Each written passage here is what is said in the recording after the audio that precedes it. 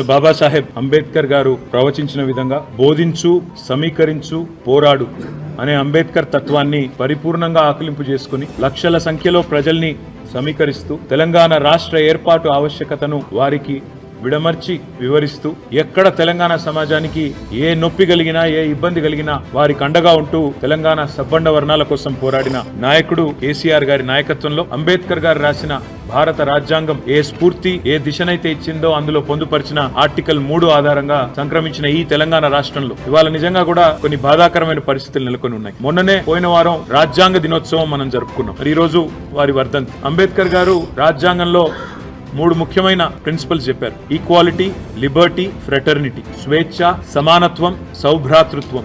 మరి ఈ రోజు నిజంగా కూడా తెలంగాణ రాష్ట్రంలో స్వేచ్ఛ అనేది కాంగ్రెస్ ప్రభుత్వం హరిస్తా ఉన్నది. అంబేద్కర్ బతికున్నప్పుడు అవమానించింది ఇదే కాంగ్రెస్ పార్టీ. అంబేద్కర్ జీవించి ఉన్నప్పుడు అవమానించింది ఇదే కాంగ్రెస్ పార్టీ.